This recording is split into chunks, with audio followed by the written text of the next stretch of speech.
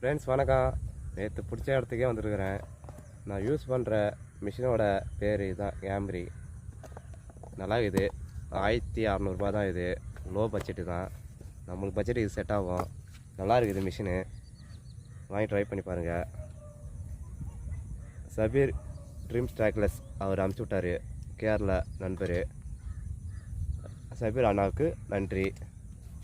அவர் எனக்கு அனுப்பிச்சி விட்டார். அவரே சொன்னார், இதில் கற்றுக்கடா, உனக்கு மீன் அடித்தா நல்லா லாக் ஆகும்னு சொன்னார். அதனால் எனக்கு 1.5 நாள் 2 நாள் டைம் தான் எடுத்துக்கினேன். கற்றுக்கினேன் சீக்கிரம். கேஸ்ட் பண்ணால் நீங்கள் நேர் பக்கமாக கேஸ்ட் பண்ணானுங்க, கொஞ்சம் மிஷினை சைடு பண்ண கேஸ்ட் பண்ணிங்கன்னா உங்களுக்கு ஓரளவுக்கு ஈஸியாக கற்றுக்கலாம். நானே அப்படி தான் கற்றுக்கினேன். நீங்களும் ட்ரை பண்ணி பாருங்கள். நேராக கேஸ்ட் பண்ணாதீங்க, சைடு கேஸ்ட் பண்ணும்போது சைடு திருப்புங்க, உங்களுக்கு ஃப்ரீயாக போகும். சரி, லைக் பண்ணுங்கள், கமெண்ட் பண்ணுங்கள், சப்ஸ்கிரைப் பண்ணுங்கள். இப்போ மீன் பிடிக்கலாம். நேற்று ஒரு 4 அடிச்சிட்டேன். இன்றைக்கும் நேற்று பிடிச்சி அதோட ஜோடி கச்சாலும் நல்லா தான் இருக்கும், ட்ரை பண்ணலாம். இன்றைக்கி வந்து என்ன ஃப்ராக்னு யூஸ் பண்ண போகிறேன்னா, நேற்று எல்லோ யூஸ் பண்ணேன். இன்றைக்கி வந்து கேட்டர்பில்லர் க்ரீன் கலர் யூஸ் பண்ண போகிறேன். இதில் ஒரு ஐடியா சொல்கிறேன். நீங்கள் வாங்கியிருப்பீங்க கேட்டர்பில்லரு, எல்லாருமே வாங்கியிருக்கிறீங்க. நிறைய பேருக்கு நான் நம்பர் கொடுத்துட்டேன், பாதி கடையே காலி ஆயிடுச்சு.